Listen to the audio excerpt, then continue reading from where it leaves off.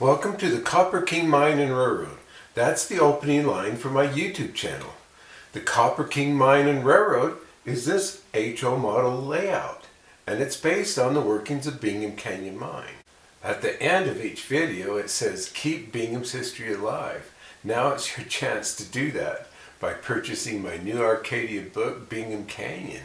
It will be in the stores July 1st, 2024.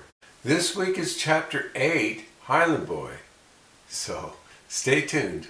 Bingham Canyon, Chapter 8, Highland Boy. From the confluence where the road forks, we turn right and head up to Highland Boy. This image shows the road that went to Highland Boy. Highland Boy was on top of Carfork Canyon.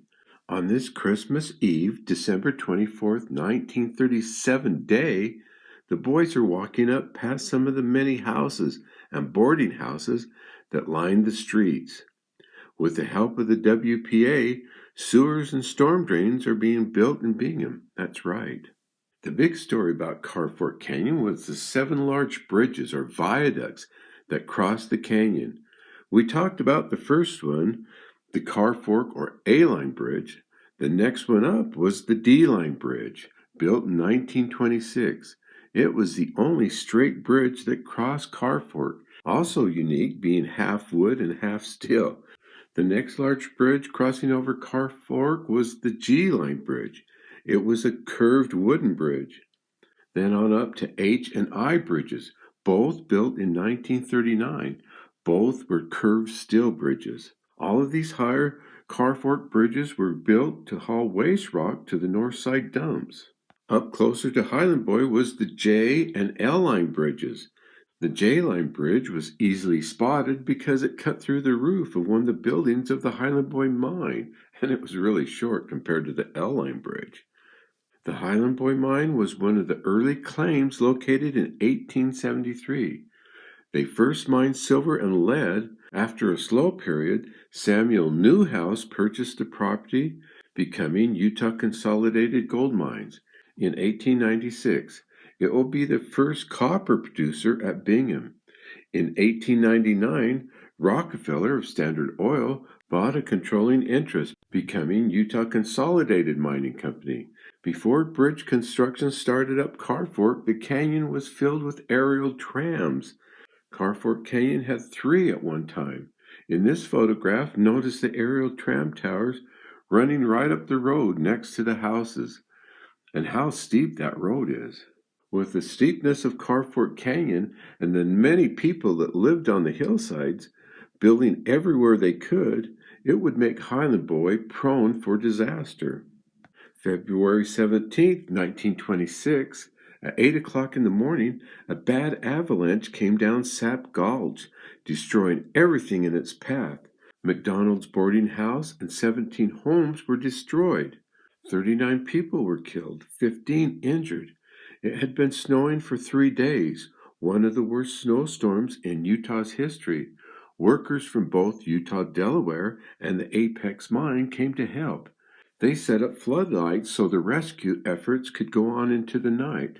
Another bad disaster was on September 8, 1932. A fire ravaged Highland Boy. Look at this picture. This is Highland Boy area just below J-Line Bridge. Everything you see will be destroyed in the 1932 fire. Notice all the houses stacked on the hillside. Most, if not all, are made out of wood. The Highland Boy fire started at 3:20 in the afternoon. Smoke and fire came out of the old abandoned Princess Theater. The fire spread rapidly through this wooden community. With the help of Murray and Salt Lake County fire departments, the fire was brought under control at 6 p.m. The Highland Boy fire destroyed everything a third of the mile down the canyon. The Highland Boy grade school was completely gutted. All 126 students and 4 teachers got out safe. The school's estimated value was $150,000.